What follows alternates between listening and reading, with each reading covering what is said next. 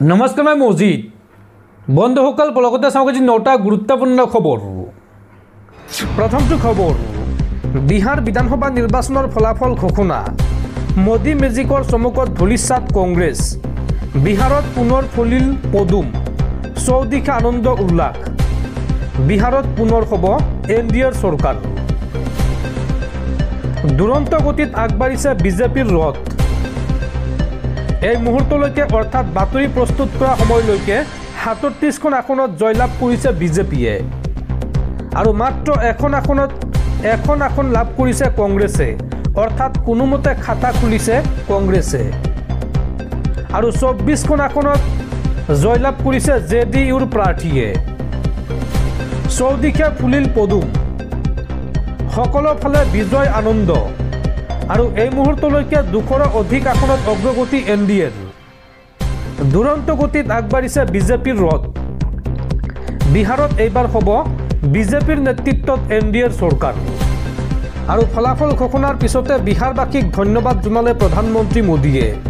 বিহাৰত যাদু চলিল বিজেপিৰ, বিহাৰত ইতিহাস ৰচিলে এনডিএ।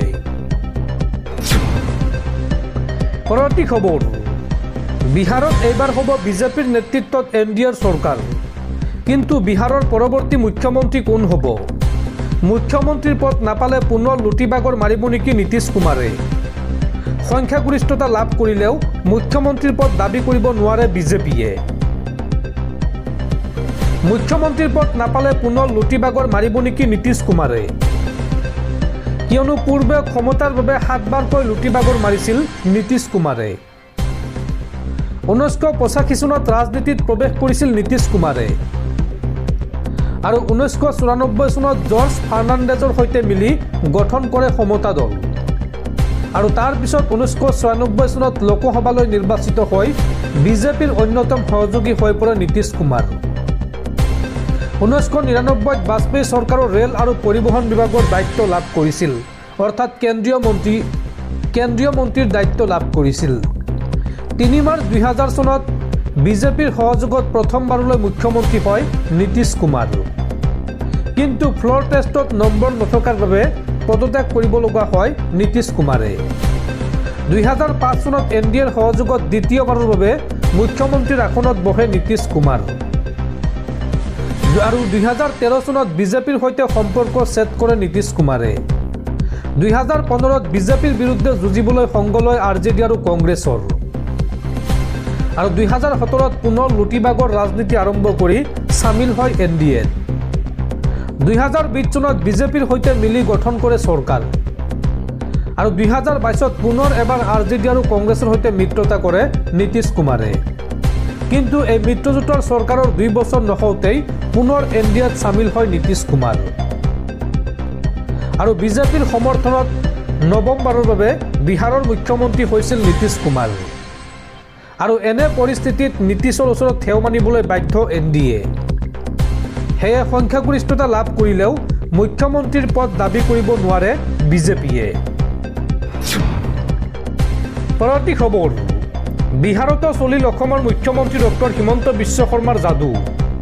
মুখ্যমন্ত্ৰী হিমন্ত বিশ্ব শৰ্মাই প্ৰচাৰ চলোৱা বিহাৰৰ ৭টা সমষ্টিৰ ভিতৰত ৬টা সমষ্টিতেই বিজেপিৰ বিজয় সাব্যস্ত। বিহাৰতো চলিল অসমৰ মুখ্যমন্ত্ৰী ডক্টৰ হিমন্ত বিশ্ব শৰ্মাৰ যাদু। বিহাৰ নিৰ্বাচনত অসমৰ পৰা প্ৰচাৰ চলাবলৈ গৈছিল হিমন্ত বিশ্ব শৰ্মা। বিজেপিৰ ষ্টাৰ কেম্পেইনাৰৰ তালিকাত অসমৰ মুখ্যমন্ত্ৰীগৰাকী আছিল অন্যতম। অসমৰ মুখ্যমন্ত্ৰীগৰাকীয়ে প্ৰচাৰ চলোৱা ৭টা সমষ্টিৰ ভিতৰত ৬টাতে জয়ী হৈছে বিজেপি। মুখ্যমন্ত্ৰীয়ে প্ৰচাৰ চলোৱা মধুবানী, বাৰাৰী, কাজবা, ৰামনগৰ, চানপাতিয়া আৰু বাজপট্টিত বিজেপিৰ প্ৰাৰ্থী জয়ী হৈছে। উল্লেখযোগ্য যে এতিয়ালৈকে বিহাৰৰ ৩২খন আসনত চূড়ান্ত জয় সাব্যস্ত কৰিছে বিজেপিয়ে। সন্ধিয়া ৬ বজালৈকে অহা আপডেট এয়া। আনফালে বিজেপি ৫৯খন আসনত অগ্ৰগতি লাভ কৰি আছে। নীতিশ কুমাৰৰ জেডিইউৱে ২২খন আসনত জয়ী হোৱাৰ বিপৰীতে ৬১খন আসনত অগ্ৰগতি লাভ কৰি আছে। আৰু কংগ্ৰেছে মাত্ৰ এখন আসনত জয়ী হোৱাৰ বিপৰীতে ৫খন আসনত অগ্ৰগতি লাভ কৰি আছে। দৰ্শকসকল আৰু বহুতো গুৰুত্বপূৰ্ণ খবৰ আছে। তাৰ আগতে আপোনাক জনাওঁ যে যদি আপুনি এতিয়ালৈকে এইটো ভিডিঅ'ত লাইক কৰা নাই তেন্তে এতিয়াই ভিডিঅ'টোত লাইক কৰি দিয়ক আৰু এনেকুৱা ধৰণৰ ভিডিঅ'সমূহ নিতৌ চাবলৈ চেনেলটো ছাবস্ক্ৰাইব কৰি কাষত থকা বেল আইকনটো প্ৰেছ কৰি ৰাখক। পৰৱৰ্তী খবৰ, সাংসদ পুত্ৰৰ VIP সংস্কৃতিৰ পৰিণতি। শ্বিলঙৰ ৰাজপথত চাইৰেন বজাই ঘূৰি পৰিছিল সাংসদ ৰকিবুল হুছেইনৰ পুত্ৰ তানজিল হুছেইনে আৰু সেই সময়তে শ্বিলঙত জব্দ কৰা হ'ল ৰকিবুল হুছেইনৰ পুত্ৰ তানজিল হুছেইনৰ বাহন আৰু আৰক্ষীয়ে বিহিলে জৰিমনা। ক্ষমতা গ'লেও যেন VIP সংস্কৃতি এৰিব পৰা নাই সাংসদ ৰকিবুল হুছেইনৰ পুত্ৰ তানজিল হুছেইনে। বিগত কংগ্ৰেছ চৰকাৰৰ কাৰ্যকালত 15 বছৰ ধৰি পিতৃ ৰকিবুল হুছেইন অসমৰ এগৰাকী ক্ষমতাশালী মন্ত্ৰী হিচাপে থকাৰ সুবাদত মন্ত্ৰী পুত্ৰ হিচাপে দীঘলীয়া সময়ছোৱাত এস্কট কনভয়ৰ মাজত ৰঙা লাইট লগাই যোৱাটো তানজিলৰ বাবে এক অভ্যাসত পৰিণত হৈছিল আৰু শেহতীয়াভাৱে চামগুৰি সমষ্টিৰ ৰূপহীহাটত ৰকিবুল হুছেইনক দুষ্কৃতিকাৰীয়ে প্ৰহাৰ কৰাৰ পিছত তেওঁৰ নিৰাপত্তা বৃদ্ধি কৰা হৈছিল। ইয়াৰ উপৰিও চামগুৰি বিধানসভা নিৰ্বাচনত শোচনীয়ভাৱে পৰাজিত হোৱাৰ পিছতো নিৰ্বাচনী হিংসাৰ বাবে কংগ্ৰেছৰ প্ৰাৰ্থী হিচাপে তানজিলে যথেষ্ট নিৰাপত্তাৰক্ষী পাইছিল আৰু এইসমূহ কাৰকে তানজিল হুছেইনৰ বাবে VIP সংস্কৃতি আৰু ৰঙা লাইট লগাই ৰাজপথত যাত্ৰা কৰাটো অভ্যাসত পৰিণত কৰিছিল বুলি ধাৰণা কৰা হৈছে। কিন্তু এই অভ্যাসৰ বাবেই বুধবাৰে সন্ধিয়া শ্বিলং ফুৰিবলৈ গৈ বিপদত পৰিল তানজিল হুছেইন।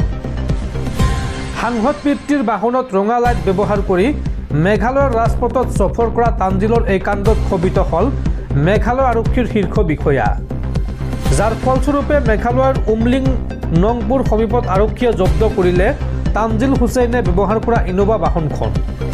ৰাজপথত কৰ্তব্যৰত মেঘালয় আৰক্ষীৰ বিষয়াই সাংসদ পিতৃৰ বাহনত ব্যৱহাৰ কৰা ৰঙা লাইট খুলি দিয়ে আৰু ভৱিষ্যতে এনে অনিয়ম নকৰিবলৈ কৈ ৰকিবুল পুত্ৰক কঠোৰভাৱে সকীয়াই দিয়ে মেঘালয় আৰক্ষীয়ে আৰু পৰৱৰ্তী সময়ত নগদ 35,000 টকাৰ জৰিমনা আদায় কৰাৰ পিছতহে তানজিল হুছেইনৰ বাহনখন মুকলি কৰি দিয়া হয় আৰু এই ঘটনাই সামাজিক মাধ্যমত ব্যাপক প্ৰতিক্ৰিয়াৰ সৃষ্টি কৰিছে। কংগ্ৰেছৰ একাংশ নেতাই VIP সংস্কৃতি পৰিহাৰ কৰিব নোৱাৰাৰ বিষয়ে সততে উঠা অভিযোগক এই ঘটনাই অধিক প্ৰাসংগিক কৰি তুলিছে। মন কৰিবলগীয়া যে 2026 চনৰ বিধানসভা নিৰ্বাচনত পুনৰ চামগুৰি প্ৰাৰ্থিত্ব বিচাৰি সমষ্টিটোত কুচকাৱাজ অব্যাহত ৰখা তানজিল হুছেইনৰ এই ঘটনাই প্ৰাক্তন বনমন্ত্ৰী তথা ধুবুৰী লোকসভা সমষ্টিৰ সাংসদ ৰকিবুল হুছেইনক যথেষ্ট অস্বস্তিত পেলাইছে বুলি জনা গৈছে। পৰৱৰ্তী খবৰ, বিহাৰতকৈ অসমত বহুত ভাল নিৰ্বাচনৰ ৰিজাল্ট আহিব। অসমৰ প্ৰত্যেকটো পৰিয়ালে বিজেপিক ভোট দিব। বিহাৰ বিধানসভা নিৰ্বাচনৰ ফলাফল ঘোষণাৰ পিছতে এই মন্তব্য ৰাজ্যৰ মুখ্যমন্ত্ৰী হিমন্ত বিশ্ব শৰ্মাৰ। পৰৱৰ্তী খবৰ, অসমৰ শক্তিখণ্ডত বৃহৎ বিনিয়োগৰ ঘোষণা গৌতম আদানীৰ। অসমত প্ৰায় 63,000 কোটি টকা বিনিয়োগ কৰিব আদানী গ্ৰুপে। উত্তৰ পূৰ্বাঞ্চলৰ ভিতৰতে সৰ্ববৃহৎ ব্যক্তিগত কয়লা ভিত্তিক তাপবিদ্যুৎ কেন্দ্ৰ আৰু পাম্প ষ্ট'ৰেজ সুবিধা নিৰ্মাণ কৰাৰ পৰিকল্পনা আদানী গ্ৰুপৰ। পৰৱৰ্তী খবৰ, বিহাৰ বিধানসভা নিৰ্বাচনত ইতিহাস ৰচি মাত্ৰ 25 বছৰ বয়সত বিধায়ক হ'ল এগৰাকী মৈথিলী ঠাকুৰ। 25 বছৰীয়া বিজেপি প্ৰাৰ্থী মৈথিলী ঠাকুৰৰ জয়লাভ। কম বয়সীয়া মৈথিলীয়ে পৰাস্ত কৰিলে RJDৰ শক্তিশালী প্ৰাৰ্থীক আৰু মৈথিলীৰ জয়ৰ পিছতে আটাইতকৈ কনিষ্ঠ বিধায়ক হিচাপে পৰিচিতি লাভ কৰিলে এগৰাকী মৈথিলী ঠাকুৰে।